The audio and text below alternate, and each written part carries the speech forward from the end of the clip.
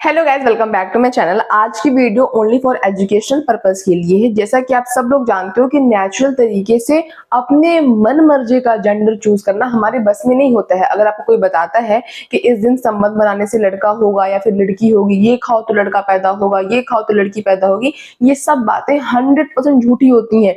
इन बातों में तनिक भर भी सच्चाई नहीं होती है। लेकिन एक मेथड होता है जिस मेथड का नाम होता है IVF। तो बहुत सारे लोगों के मन में सवाल होता है, इसमें हम क्या करते हैं? इसमें तो हम अंडे को बाहर लेते हैं, स्पर्म को बाहर लेते हैं, फिर उनको मिलाते हैं। तो क्या उस टाइम पे ये पता चल पाता है कि जो बच्चे को हम अंदर इम्प्लांट कर रहे हैं, क्या वो बच्चा मेल है या फिर क्या वो बच्चा फीमेल होने वाली है? तो इसी के विषय में हम चर्चा करेंगे। वीडियो बहुत इन्फॉर्मेटिव है, ओनली फॉर इन्फॉर्मेशन के लिए है, क्योंकि ये चीज तो इंडिया में इलीगल है। बट कई ऐसे कारण होते हैं, मेडिकल रीजन, जिसकी वजह से ये बहुत सारी जगहों पे किए जाते हैं। तो समझते हैं। सबसे पहले हम समझते हैं कि IVF क्या होता है। आपको बहुत ही सरल शब्दों में बताऊंगी। अगर आपको इसके पहले नहीं पता था कि IVF क्या होता है तो आज आपको 100% समझ में आ जाएगा। अब देखो, IVF मतलब होता है, IVF का जो फुल फॉर्म होता है वो होता है इन विट्रो फर्टिलाइजेशन। इसमें क्या होता है, जैसे फीमेल है तो फीमेल के पास एग होता है, अंडा होता है। जो मेल होता है, मेल के पास क्या होता है, मेल के पास उनका स्पर्म होता है। तो फीमेल के अंडे को बाहर निकाला जाता है और मेल को भी बोला जाता है कि आप अपने सीमेन का, अपने वीर्य का एक सैंपल दो। ठीक है। उसके बाद उसको लैब में मिलाया जाता है, एक ट्यूब में मिलाया जाता है। उसके बाद जब ट्यूब में मिलाते हैं तो वो फर्टिलाइज हो जाता है। इसे हिंदी में कहते हैं निषेचन की प्रक्रिया। जब अंडा और स्पर्म आपस में मिलते हैं तो एग हमारा फर्टिलाइज हो जाता है। जब एग फर्टिलाइज होता है तो फर्टिलाइज होने के बाद उसकी स्टेज होती है, पहला दिन, दूसरा दिन, तीसरा दिन, चौथा दिन, पांचवा दिन, छठा दिन, ऐसे करके उनका स्टेज होता है। तो जो पांचवा छठा दिन होता है, जब अच्छे से वो एग फर्टिलाइज हो गया है, वो एम्ब्रियो हो चुका है, तो उसके बाद क्या करते हैं, उस एम्ब्रियो को फीमेल के गर्भ में इम्प्लांट कर देते हैं। ठीक है। और उसके बाद क्या होता है, प्रेगनेंसी आगे कंटिन्यू होती है जैसे नॉर्मल तरीके से होती है। ठीक है। अब इसमें क्या होता है, इसमें लोग एक की जगह मल्टीपल एम्ब्रियो को डालते हैं। क्यों डालते हैं? क्योंकि हो सकता है कि एक एम्ब्रियो ना सर्वाइव कर पाए, तो इसीलिए चांसेस को इंक्रीज करने के लिए मल्टीपल एम्ब्रियो को फीमेल के यूट्रस में, उनके गर्भ में इम्प्लांट किया जाता है। ठीक है। तो ये पूरा जो प्रक्रिया है उसे कहते हैं हम IVF का जो प्रक्रिया है। ठीक है। अब देखो आगे क्या है कि एम्ब्रियो टेस्टिंग क्या होता है, कि एम्ब्रियो को हम कभी कभी टेस्ट हमको करना पड़ता है। तो एम्ब्रियो टेस्टिंग क्या होता है, और इवन जब IVF होता है तो एम्ब्रियो टेस्टिंग होता ही है ये जानने के लिए, देखो उस फीमेल को या फिर किसी कुछ प्रॉब्लम है बॉडी में, तभी वो नेचुरली कंसीव नहीं कर पा रहे हैं, वो नेचुरल प्रेग्नेंट नहीं हो पा रहे हैं।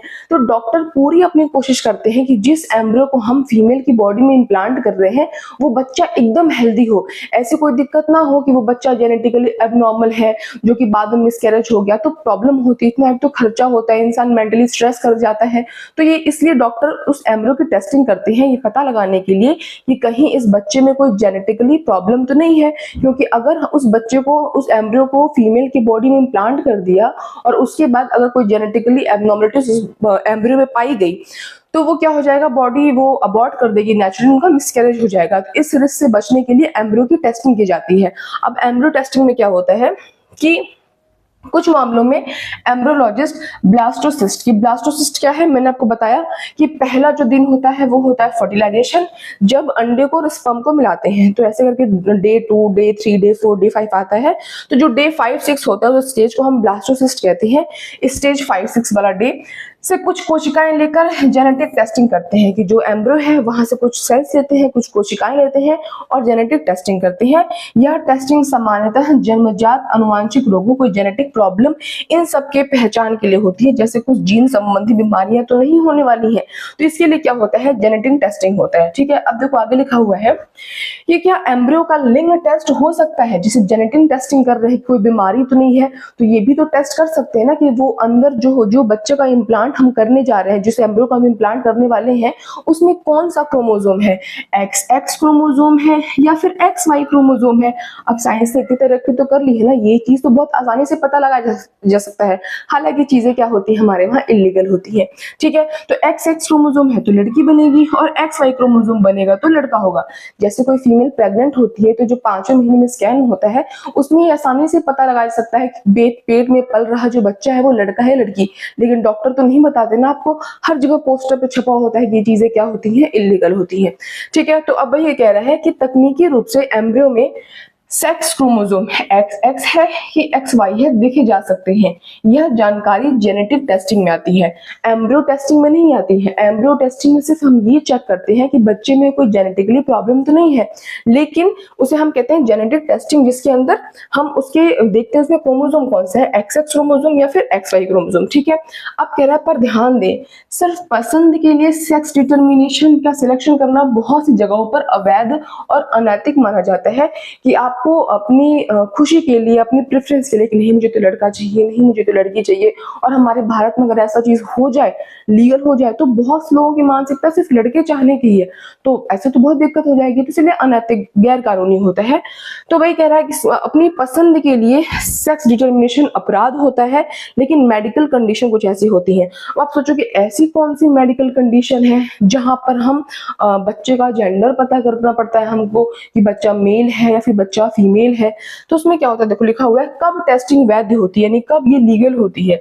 तो मेडिकल कारणों से, जैसे कोई सेक्स लिंक्ड जेनेटिक रोग। सेक्स लिंक्ड जेनेटिक रोग का मतलब होता है कि कभी कभी क्या होता है, किसी क्रोमोसोम पे बीमारी होती है, जैसे एक्स क्रोमोसोम पे कोई डिजीज है तो उसको हम एक्स लिंक्ड डिसऑर्डर कहेंगे। वाई क्रोमोसोम पे कोई बीमारी है तो उसको हम वाई लिंक्ड डिसऑर्डर कहेंगे। ठीक है, तो ये पता करने के लिए कि कभी कभी क्या होता है, पीढ़ियों दर पीढ़ियों से किसी क्रोमोसोम पे कोई बीमारी होती है जो ट्रांसफर होती है और जिससे बच्चे में खतरा होता है। बहुत सी बीमारियां ऐसी होती हैं, अगर आप चाहोगे तो अभी मैं इसके ऊपर फुल डिटेल वीडियो बताऊंगी, बट आज का मुद्दा ये नहीं है बीमारी क्या होती है, कैसे होती है। आज का मुद्दा ये है समझना कि क्या ऐसा पॉसिबल है।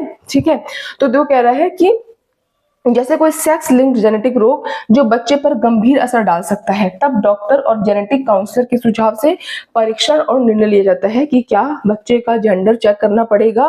गैर मेडिकल कारण सिर्फ लड़का लड़की चाहने के लिए अनुमति सामान्यतः नहीं होती है, तो कभी कभी से बीमारी होती है। देखो उसमें होता क्या है, सेक्स लिंक थोड़ा समझते हैं इसके बारे में।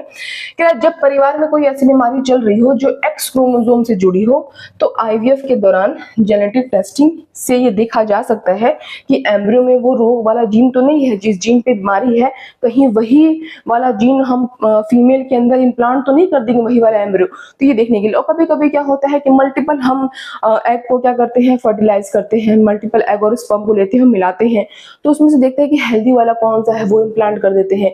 बट कभी कभी क्या होता है कि किसी जेंडर प्रेफरेंस पे होता है और हमको बहुत सावधानी बरतनी पड़ती है, जो डॉक्टर्स होते हैं। ठीक है, लेकिन आपको एक बात और ध्यान देनी है कि मैंने आपको बताया था भी कि जो एक्स पे है उसको हम एक्स लिंक्ड डिसऑर्डर कहते हैं और जो वाई क्रोमोसोम पे उसे हम वाई लिंक्ड डिसऑर्डर कहते हैं।